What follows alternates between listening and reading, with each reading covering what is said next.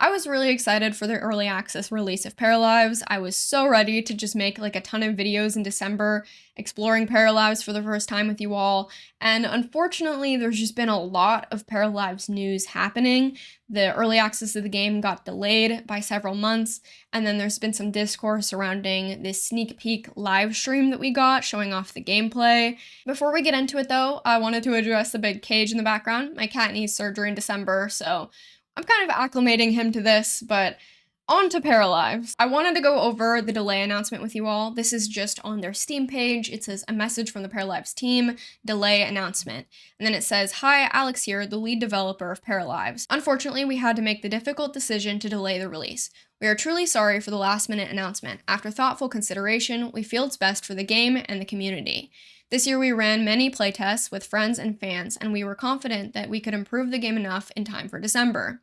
In the lead up to early access release, we broadened our playtests with a more varied player base, and the latest feedback we received made us realize the game isn't up to the standard we wanted it to meet for release. Players enjoy the flexibility and customization of the Para Maker and build mode. However, there are still impactful bugs in the live mode and a lack of activities to do in the town, which dampen the enjoyment of the players, and we feel it is necessary to work on these before delivering the product to the community." So right, that's the first paragraph. I'll read the rest of it in a second, but I had a few thoughts I wanted to give. I think a lot of people and their frustration was kind of the last minuteness of this announcement, which I completely agree with. I think it is concerning to me that this game was set to release for early access on December 8th, and we got this announcement on November 14th. So only like 3 or 4 weeks before the game was set to release, it gets pushed by several months. The new release date is May 25th, 2026. And obviously there's this whole conversation that we can have about early access in general. I think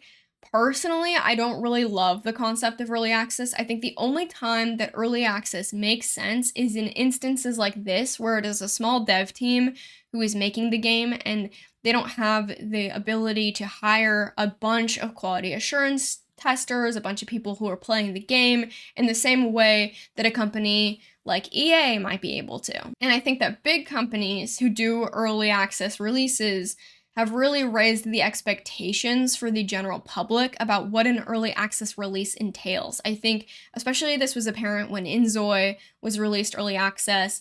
A lot of people who were playing the game were really disappointed by the state of the game on release. They said it felt really empty, like it wasn't finished, and that's because it wasn't. I had my own qualms with Inzoi, and you can certainly watch my Inzoi video up there if you want to hear my thoughts, but I do think that Paralives maybe was feeling the pressure of a really solid early access release that maybe feels more like a complete game, because I do think that's what the expectation in the community broadly was. That being said, to only really grasp that 4 weeks before the release is certainly something that I find concerning. I think that if they need to delay it to make a good game, then they need to do that. I would much rather their team delay it than rush a crappy version of the game. This is the foundation for the entire rest of the game. You gotta do this right. And if they're rushing it, then it's not gonna turn out good, and then we might end up in a situation in however many years where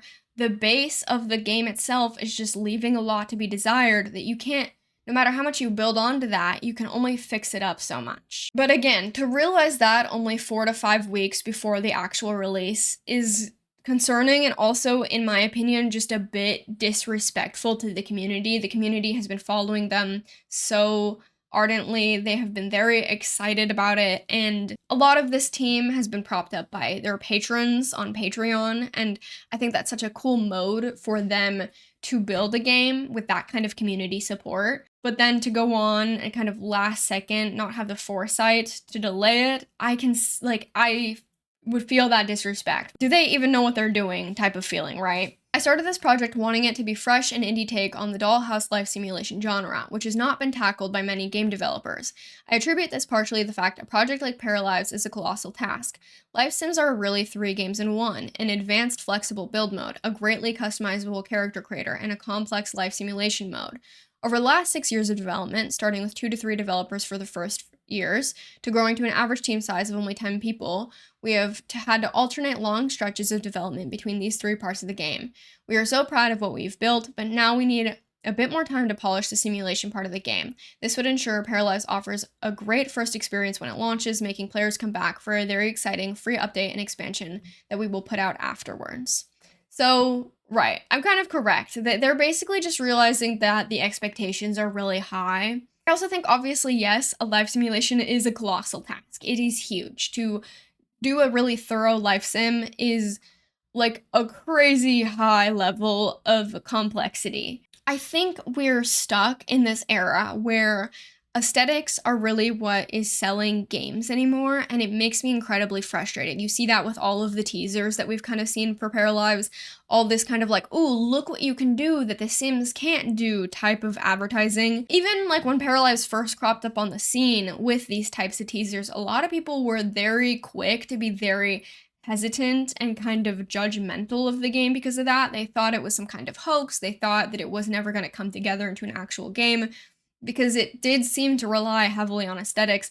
And I think that this is kind of proof to me that there was maybe a bit more emphasis on aesthetics than the substance in the game. But I don't think that they can't pull it together still. I do think that there is obviously a certain level of care, because if they didn't care, they would just release it and not care at all that the simulation is lacking, and they would just go for it. And instead, they are pulling back and saying, hey, this leads a bit to be desired. We're gonna pause. And like I said, I think that there is this realization here that there are high expectations for this game, and if they can't meet those expectations, people aren't going to return. Even though this is an early access release, there's a lot of pressure for the game to be done, right? The new early access release date is May 25th, 2026. We have updated our detailed roadmap on paralives.com/roadmap. We'll look at that in a second.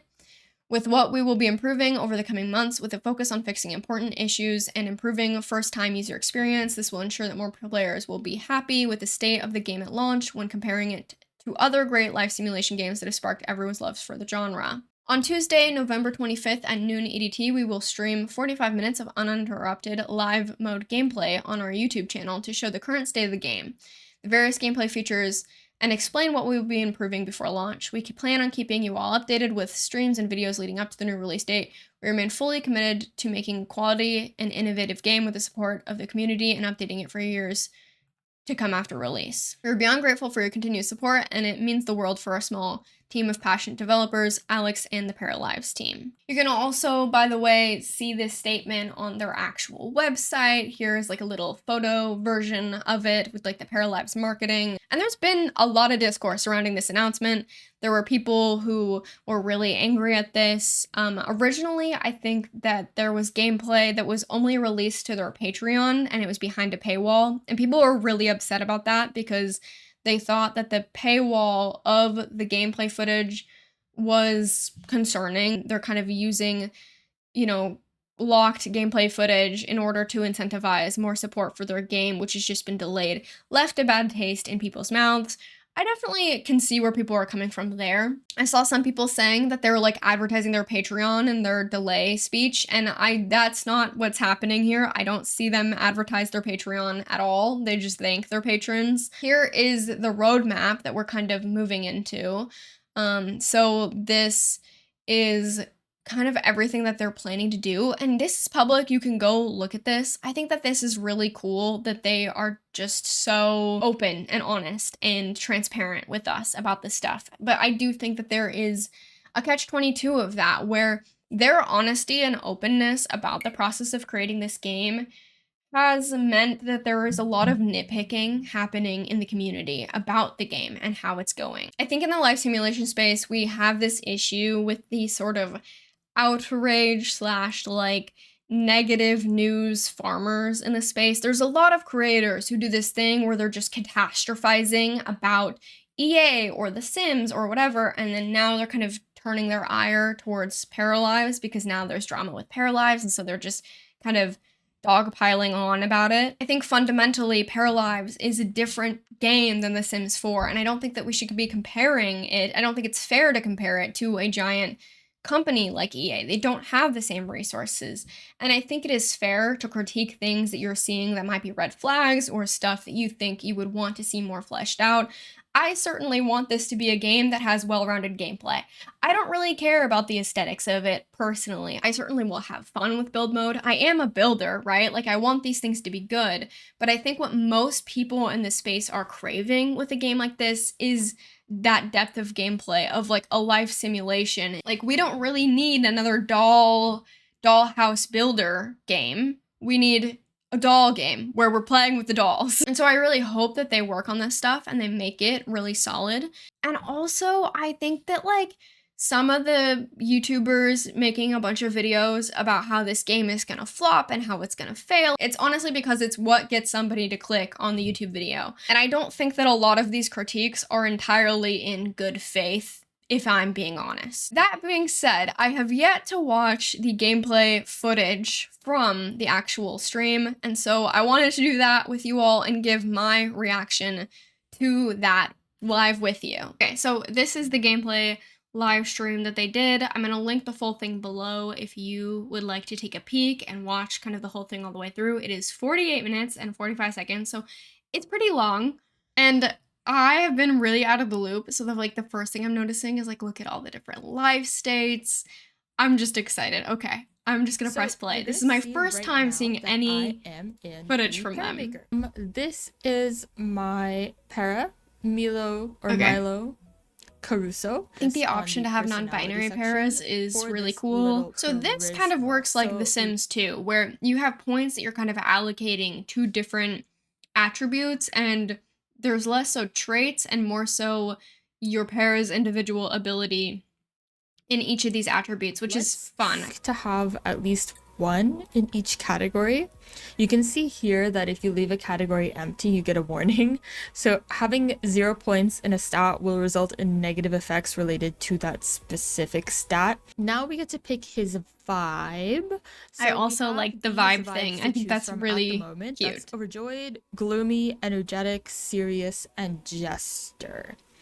I do think that they should add more to this vibe thing. I think a quiet or like introverted vibe would be a really good one in addition to the ones that we have here. Overjoyed parafolk get happy easily and like to spread joy around. They thrive the most when they are happy. I like the jester one especially, but I don't think we're gonna play jester today. But jester parafolk are good at making fun of everything and are always full of surprises. They thrive the most when they can make people laugh and follow their whimsy. Right now with like The Sims 4, it's really easy for all of your Sims to feel kind of baseline the same, and they're more affected by like their moods than rather their actual traits. Whereas this setup, I wonder how this is gonna play when we get into the actual gameplay of it. I do hope that they add more talents as well. So if you wanted a para to be vegetarian, you can just check off that box there.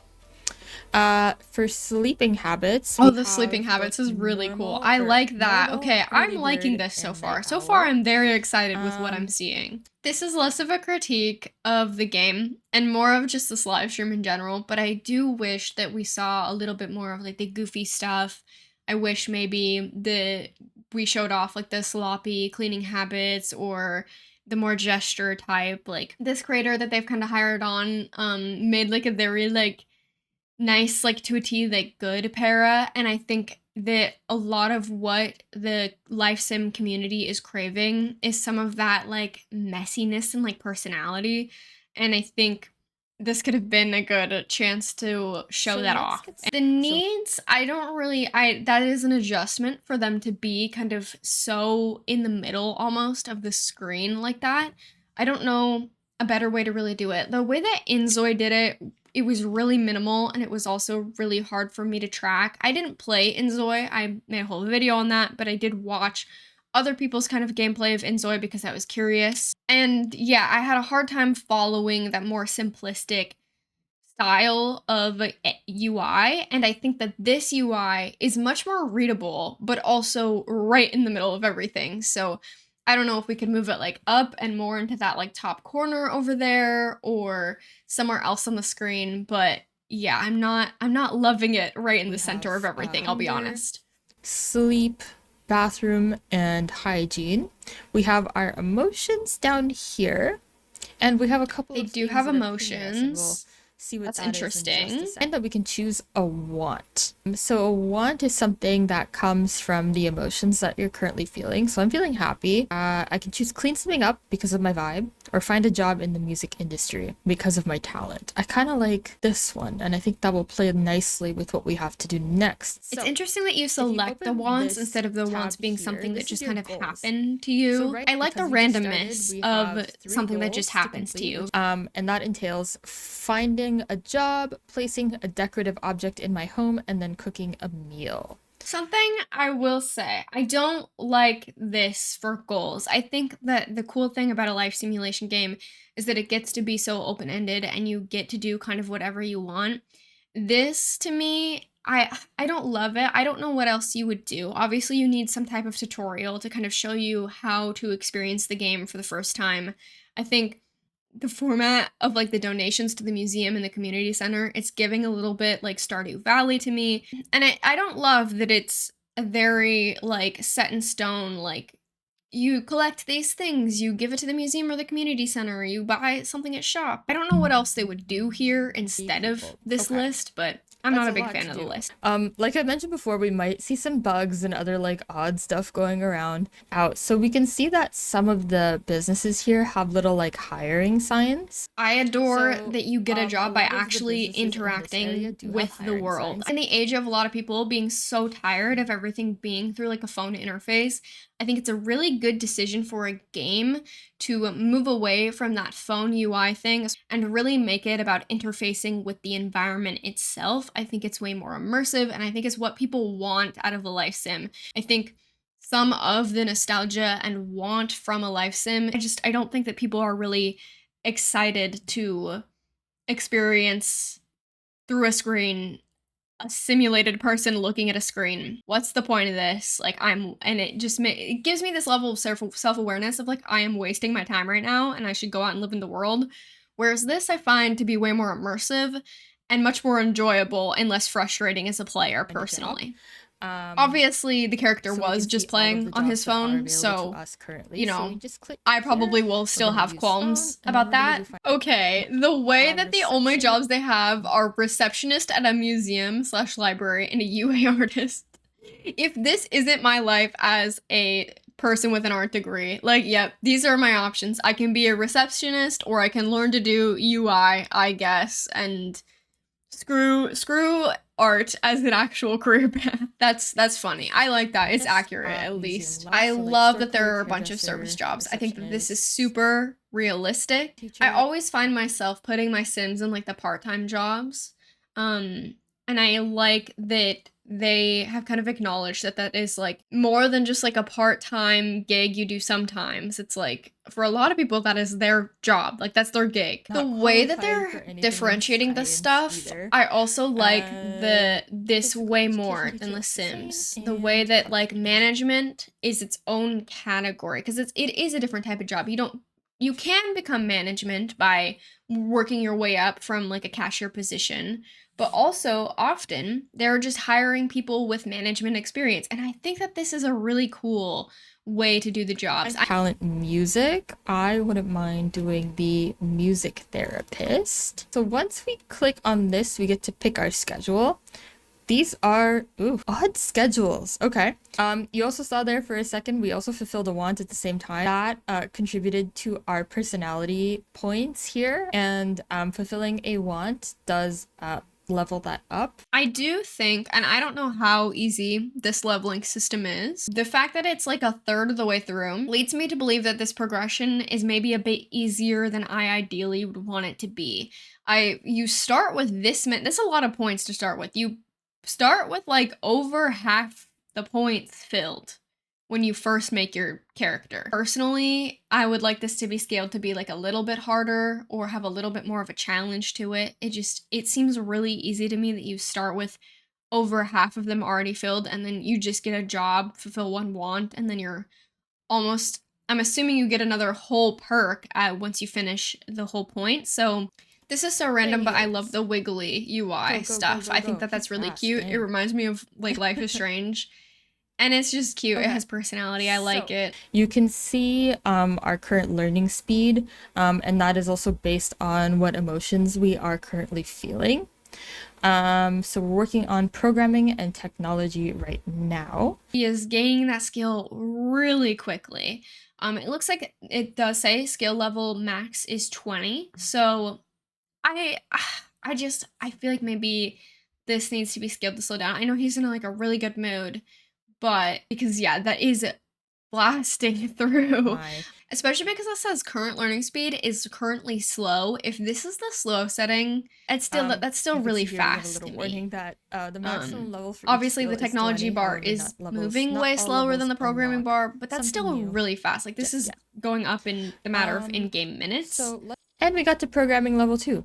Sweet. So if we open up this menu here, you can see all of the recipes that your I like para that peanut knows. butter Each toast para is will the start level off 2. with a different That number of is funny recipes to that they know. me. And of course, I don't think I'd be able to necessarily succeed the level 2 recipe, because if your level is too low, it's possible that like the food spoils and you like fail the recipe. Frozen pepperoni pizza. See, and another nitpick about the stream, I just wish that there was more showing off of like the possibility for things to go wrong. I think like if we did show off like the failure of the peanut butter toast, I think that would have been funny. Okay, we did. But for now, let's pick level up. So our personality leveled up, and we get to choose from 2 options here. This is cool. I like this. Playing music for 2 hours unlocks a reaction to remove all sad emotions that are 2 or less. Or happy tunes. Playing music for 0 hours unlocks a reaction that gives every household member a 0 happy. Okay, I think there's a little bit of a typo in that one. So, and that's the other thing. I think that my biggest worry at the moment watching this is kind of the scale of difficulty in the game. I don't know if they've scaled this down for the stream or if, you know, it's just scaled this way. But for the talent to be only 3 different kind of tiers, and we got to the second tier of it literally within just like a couple hours in game. I think, yeah, it's a bit too easy. I'd like to see this scaled to be a bit more difficult, a bit more challenging. A lot of difficulty is what creates friction in a life simulation game. People really want freedom, right? And the ability to do whatever they want in a life simulation game. But I think part of what keeps it really intriguing and interesting to people is not just the ability to do whatever they want without any sort of pushback or friction, but that like you might have to work to make your para live out the life that you kind of want them to live, and that maybe along the way something happens that kind of derails that para's life. Like I would like to see more of that type of vibe rather than just like, ooh, you want your para to be really good at programming, sit them down at a computer and boom, like you're level 4, you know, exceeding very easily. I think friction makes for better sim games personally. Let's see what's in the new paper today.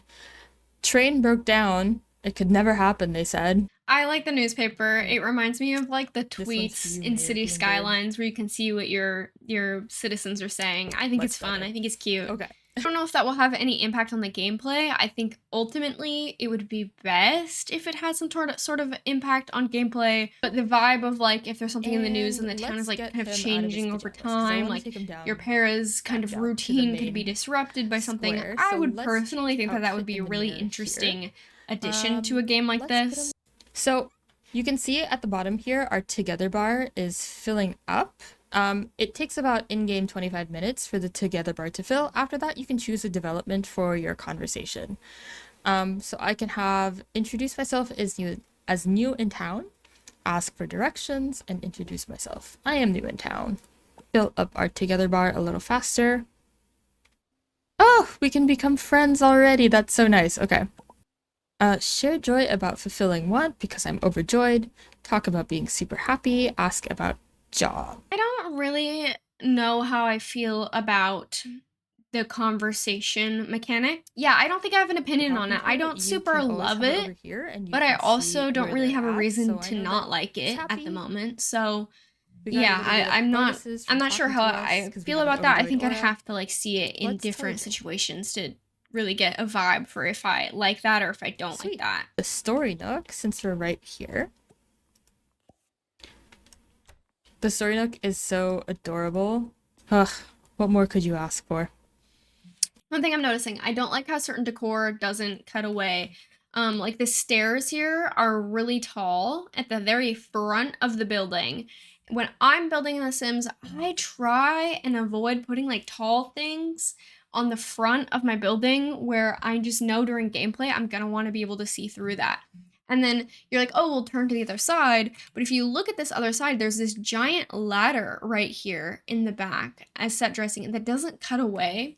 I think it would be way less annoying for gameplay if when you zoom in like that, these sorts of things cut away in some type of way, or they just remove this like ladder in the back. It's cute, like it's like cute set dressing, but it's not very practical, especially because it is kind of flanked by these two very tall buildings. Like the only way to really get an eye in here is this bird's eye view, and even then we still have like these lights.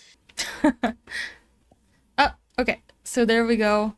Off to work for now. So he does just cut away to work, which is interesting. I do really love active careers, and that is something that I do think The Sims does well with the active careers, that you can send the sim to go to work without you having to micromanage it. Sometimes you do just want like your sim to go away, right? So I think that's a good option for the paras to kind of go away, but obviously I would like if it was a little bit more detailed than just like they disappear and cut away. I think that that's kind of a missed opportunity there.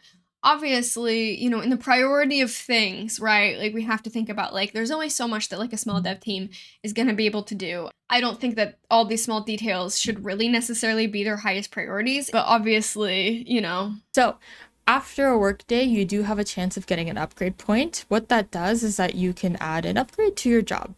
So this is the work tab where you can see.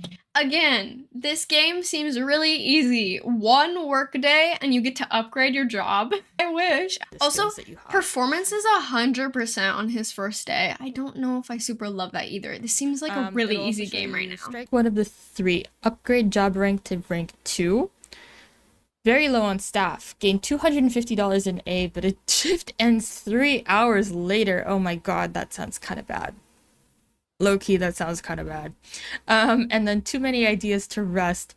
+1 inspired per vacation day accrued after every workday. Okay, so actually, I kind of take it back. I like that there's like this option for very low on staff. I think that it shouldn't be in the upgrade panel though. I think it should be maybe something that randomly happens and it's like a pop-up and it's like, do you want to stay 3 hours extra but you make this much more money? Because if your option is between upgrade, like getting a promotion day 1 or like this place is understaffed, it doesn't seem like these are things that belong in the same category as one another.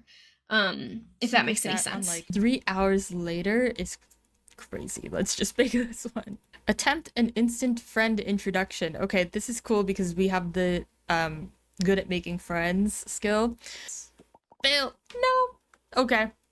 Well, we're still acquaintances and he's still talking to me, so can't be that bad. I would have liked more negative consequences for that. We failed the introduction. I would have liked to see some kind of negative consequence to that action. I also wanted to show you guys that you can do anything as a group together. So let's select over here both of our paras. Let's go and that's cool. Bloom. I love that. The way that you can select them both and then go to a specific place. I think that's really awesome. And the cool thing about Bloom, I love this, by the way, but there is a free plant that you can get every day. So let's purchase this free plant. We're both purchasing the free plant. Let's choose another development while we're at it. Let's do another friend. I want to see, like, how does romance then work? If you're only able to kind of click new interactions based on these developments. We'll take a moment here to, I would be curious to see how that goes. I am curious about the fact that the lots that we've loaded haven't unloaded themselves. But yeah, I could see if you've entered all these buildings, I personally would get really overwhelmed. And then I do wonder how that would impact performance if all of these different lots are kind of loaded. You know, and then yeah, that path thing, right, that he just did, which obviously they've said that they're working on the pathfinding, but like instead of going just directly to his home, because this lot is loaded, he went through it. Yeah, so I am curious if that's a thing that they're going to address what? or add. We love it. Okay, I think I'm gonna pause the live stream there. We've got about 15 minutes left in it. I'll link it below if you want to watch the final 15 minutes or if you want to see the unedited beginning half of it, because obviously I've chopped all this footage up. My overall thoughts and opinions right now on the state of paralives. I think that right now, obviously the gameplay looks really slow. There isn't a lot of friction or challenge to the gameplay itself, and I would be really curious for any kind of showing off of those more difficult aspects or any kind of pushback that your character might experience going about in the world. Obviously, there's like minor bugs here and there. I'm not really concerned about those things.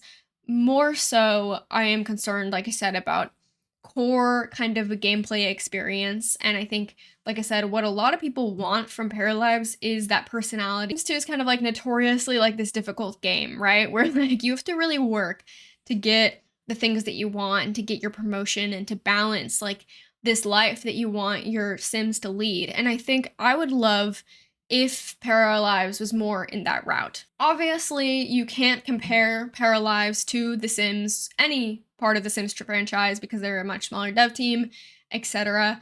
And I don't think it's necessarily fair to compare Paralives with this really high standard to these games that have been out and beloved by the community for years.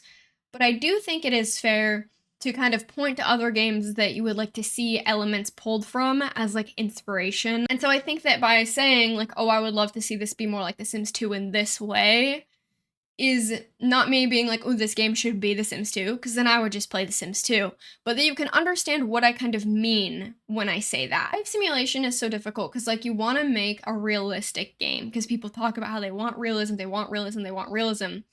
But real life is really boring, and it's this balancing act that you kind of have to play where you want your game to be like real life, or at least the feedback you'll get is that the players want it to be like real life, but then they don't actually want it to be like real life because real life is really mundane. So yeah, I think that the delay completely makes sense with what I saw, but I'm also not super concerned based on what I saw. I think that they do have a really substantial amount of it done, which is expected, right? It was gonna release this week, so obviously they should have a substantial amount of it done. But if we're given this much more time, I think that they have a lot of time to get this into shape, right? At least I hope so. And yeah, I would rather a delay, even if it's last second, which feels kind of crappy, than them push forward and just release something half-baked because there's an expectation from the community. And I also think that, yeah, we need to lower our expectations over early access a little bit. It's this balancing act of like not putting Paralives on this pedestal of like they can do no wrong because they're a small dev team. You certainly can critique the game. I'm critiquing the game in this video. But I don't think it's fair to compare it to a gigantic company. They don't have the same resources as a giant company. And you might think to yourself, like, they might not be a big company, but they have tons of support on Patreon. And I just think about the cost of labor. Labor is very expensive, so is, materials. It is so awesome that the community has rallied in this way to really support this life simulation game. I think there's a level of grace that we need to give them, while also still openly being able to critique the things that we don't like about the game. Oh my god, okay, now I have 2 cats. Alright, I think that's my cue. Thank you for watching, I appreciate it.